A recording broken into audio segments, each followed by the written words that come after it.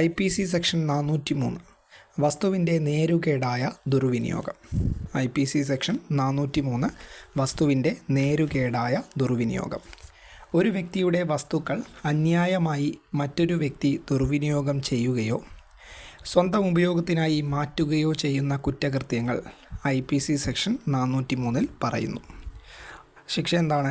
2 വർഷത്തേക്ക് തടവ് ശിക്ഷയോ അല്ലെങ്കിൽ പിഴ ശിക്ഷയോ അല്ലെങ്കിൽ ഇവ രണ്ടും ഒരുമിച്ചോ ലഭിക്കും.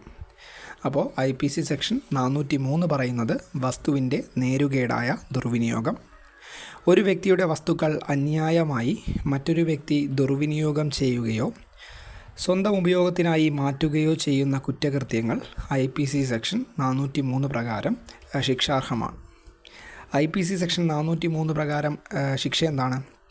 2 വർഷത്തേക്ക് തടവ് ശിക്ഷയോ അല്ലെങ്കിൽ പിഴ ശിക്ഷയോ അല്ലെങ്കിൽ ഇവ രണ്ടും ഒരുമിച്ചോ നൽകി ശിക്ഷിക്കപ്പെടാവുന്നതാണ്. IPC സെക്ഷൻ 403 പ്രകാരം ശിക്ഷ 2 വർഷത്തേക്ക് തടവ് ശിക്ഷയോ അല്ലെങ്കിൽ പിഴ ശിക്ഷയോ അല്ലെങ്കിൽ ഇവ രണ്ടും ഒരുമിച്ചോ നൽകി ശിക്ഷിക്കപ്പെടാവുന്നതാണ്. IPC സെക്ഷൻ 403 വസ്തുവിൻ്റെ നേരുകേടായ ദുർവിനിയോഗം. ശിക്ഷ 2 വർഷത്തേക്ക് തടവ് ശിക്ഷയോ അല്ലെങ്കിൽ പിഴ ശിക്ഷയോ അല്ലെങ്കിൽ ഇവ രണ്ടും ഒരുമിച്ചോ നൽകി ശിക്ഷിക്കപ്പെടാം.